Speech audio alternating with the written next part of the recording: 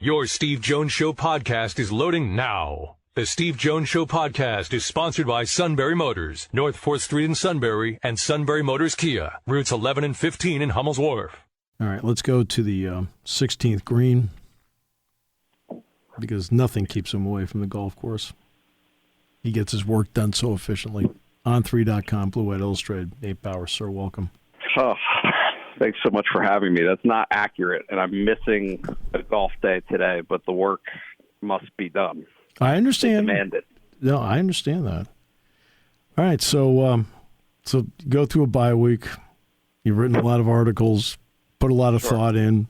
So what do you, is it through 5 games? Where is this football team right now, Penn State? Yeah, I got to stop you to put a lot of thought in. The bye week is my mental vacation, but no, I think here's my issue. And even before we get to Michigan, when I look at Penn State, I see 3 games that I took something from and 2 games that I didn't really take a whole lot from. Right, sure. And the issue is the 2 games that I didn't take a whole lot from and can't really quite figure out are the 2 most recent. And so when you add and compound a bye week on top of that, it feels like a month since I've seen Penn State play a game resembling what I think they are or want to be. And so that's kind of the conundrum that I have right now is sizing up who they are. Nick Singleton has changed. Kaytron Allen has changed. Yeah. The entirety of the identity of Penn State's offense. They create a dynamic that Penn State did not have last year. In terms of the ability to have a balanced offensive attack. Their receiving options and quarterback play are not as dynamic as they were last year, but they're more than serviceable for what they've had to face to this point in the season. And defensively, I think Penn State's been really good. Yeah. Right? I mean, I do. I think that they will continue to be very good. I think that the challenges that they have coming are, again, more than they've faced previously. They have not faced anything as versatile as Michigan will be, right? They have faced some one-dimensional offenses that are pretty good, but they haven't faced a team that can kind of beat you in both directions. So, yeah, I feel like I have a pretty good grip on who these guys are, but this weekend will tell me much, much more than I feel like I presently know. So flip to the other side. Has Michigan faced a defense this versatile? Nope. And this is the part where I realize there's always this fatalistic attitude. Oh, they got this. Well, guess what? What do you have? Chopped liver? Yep. I just watched this morning it's like a YouTube bootleg of the broadcast, right, of a Michigan game. I just watched them against Indiana. Yeah. That was not an impressive win for Michigan. And they ended up pulling away, but that was a 7-point game into the fourth quarter. Well, yeah, it's tied with 7 minutes to go in the third, and Indiana had a touchdown called back. We're not so sure it should have been called back. Yes. And so did I see a Michigan offense that was lights out? No, I didn't. Did I see a Michigan defense that was unstoppable? No, they had some sacks. I mean, that Indiana team is not impressive, but they moved the ball. They had opportunities. Blake Corum, I think, is – I don't know why. He reminds me a little bit of Evan Royster. I don't think he is a home run. Like, he hit a home run in that game, but doesn't have like, he's not going to blow you away, I guess, on his own. He's not going to make those plays on his own. It demands that, as offenses do, a conjunctive or cooperative effort, right? It takes that offensive line being good. It takes J.J. McCarthy putting them into good field position. Yeah. And so, Steve, I pulled some stats this morning.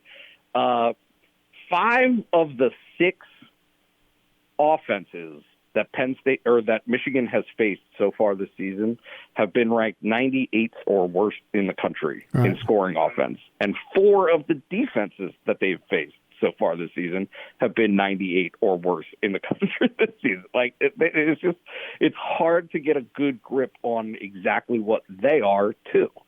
Yeah. Again, it's hard to get a read on them in part because the non-conference schedule was not great. And now they've played in conference. Maryland pushed them to the wire. Even Billy Edwards, the backup quarterback, came in. He threw a touchdown pass. And, Iowa, here's one of the interesting parts. Michigan has scored on its opening drive in 5 of the 6 games. Yep. Right? They played with the lead. They've also scored in their opening drive 4 out of 6 times to start the second half. So they've been good in those situations where it's given them the opportunity to play without as much stress. How about that? I started to watch. It's all blending together for me right now. But didn't Maryland fumble the opening kickoff? Yeah, right off the face mask. So I think when you combine that, I'm seeing now what James Franklin was talking about on Tuesday, which is how the game changes for Michigan in the way that it has been dictated by time and score. Yes. The defense can change what it does for Michigan. The offense can change what it does for Michigan based on having those advantages. And so, yes, I think that Penn State will represent by far the toughest test that Michigan has faced to this point in the season. But I think that there's a counterbalance narrative that James Franklin is forewarning, which is very simply, don't put yourself in a hole. Don't go out to Michigan and find yourself down 14-0, because if you're trying to play catch up, it's going to be much more difficult to do. They're going to take the air out of the football. They're not going to be a team that you can just explosive play to death. That's not the way that it's going to work. And the other element is you talk about the number of sacks. Yes, they do get sacks, but how many of those sacks? And then watching the Indiana, it's a good example. How many sacks were I'm behind, I got to throw the ball, and they have to throw the ball, and that's why when you start looking at numbers don't tell you everything. You got to actually watch the games to see, and that's where they've been able. And they do get sacks. They got guys that Morris is really good off the edge. He's an impressive player. The couple, no doubt, they have some impressive guys that can make plays, no doubt. But situationally, it's played to their favor as to how the games, because they've taken care of business, by the way, in the first 3 quarters themselves. I mean, they put themselves in that spot.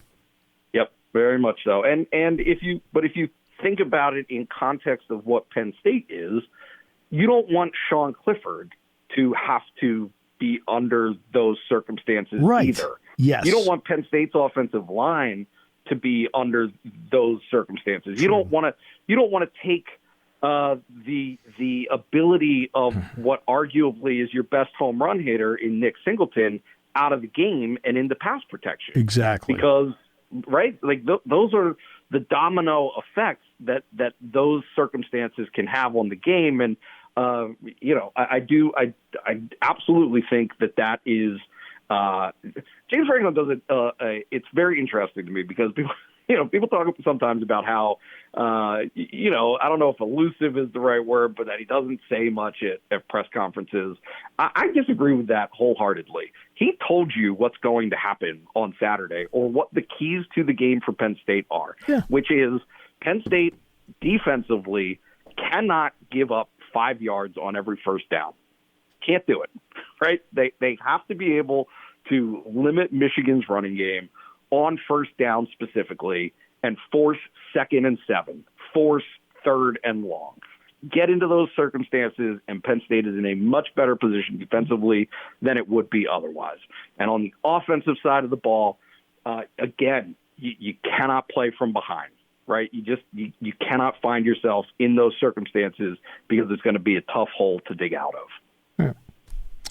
Yeah. Mike Shrewsbury did meet with the media today in Minneapolis as part of the Big Ten Media Days. What was your impression of what he brought to the table? Yeah, it was the kind of the greatest hits of the summer for him. Right? Yeah. I mean, it's funny. I've been having kind of this conversation with our message board and our online community at Blue White Illustrated. Trying to kind of glean some insights as things are going along here in the preseason for them. Nothing's really changed. They have more offensive firepower than they did last season. No doubt. And that is very much thanks to the introduction of Cam Winter from Drexel and Andrew Funk from Bucknell. And they both, those two guys. You're talking about a couple of guys that have more than 1,200 points apiece in their career. So totally capable, experienced pieces that Penn State has added to the offensive end of the floor. But most critically, in terms of the narrative for what this team is this season, yes, you've lost John Harrah, but Seth Lundy is a stud defensively. Jalen Pickett is a stud defensively. And if you can build around those guys, kind of carry over that foundation that you had last season and add to it a little bit of offensive firepower, you give yourself a better chance to win some of those games that they came up just a little bit short on. So, yeah, I thought he was good, but I didn't think there was a ton of new information. No. Right, of what this team is and what it can possibly be. Look, the only new information that came out in the entire 2 days was how measured the commissioner was when it came to expansion. That's the only news that came out of it. What he said in July and what he said yesterday were not in the same ballpark. Yeah, he very measured about it. So it's I'm not quite ready for basketball season, but I'm getting there. Well, let me put it this way: when November 7th rolls around, I better be ready. So I'm. There you go. There you go. So I mean, I'm not going to get too deep into it, but I like what I've seen when I've gone. How about that? And I've gone. I've gone maybe 7 or 8 times. So I will be interested to see what the influence of Keba is, right, in terms of the interior of that offense and defensively, what he can provide Penn State in terms of a big. And just so everybody knows, Pickett. It's Keba Jai, okay?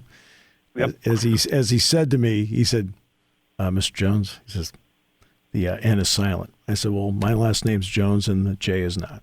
So we had a good, but it's Keba Jai is how you say it. Just so everybody knows when you go to the games, that's how you say it. And he will be a name that I suspect Penn State fans will very quickly become familiar with and need to know how to pronounce his name. Yeah, well, so I mean, really, a lot of potential, but also, let's face it, he'll need help because you're talking about Zach Edey, Hunter Dickinson, Trace Jackson Davis. I mean, he's got a big job against some really experienced guys. He'll endure it because he's a talent unto himself. But you think about it, you got a big job, man. Yep. And he does at a tender age. But you know what? Yep. He's got the talent. So. And that's not, as you know, the only way the game is played. Of course not. No. Absolutely.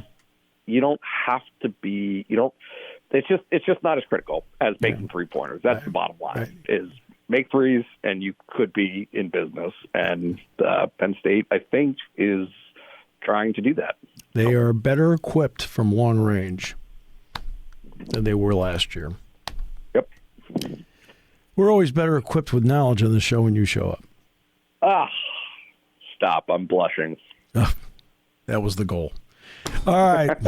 I'll check mark another goal off for today. My friend, thank you so much. Appreciate you.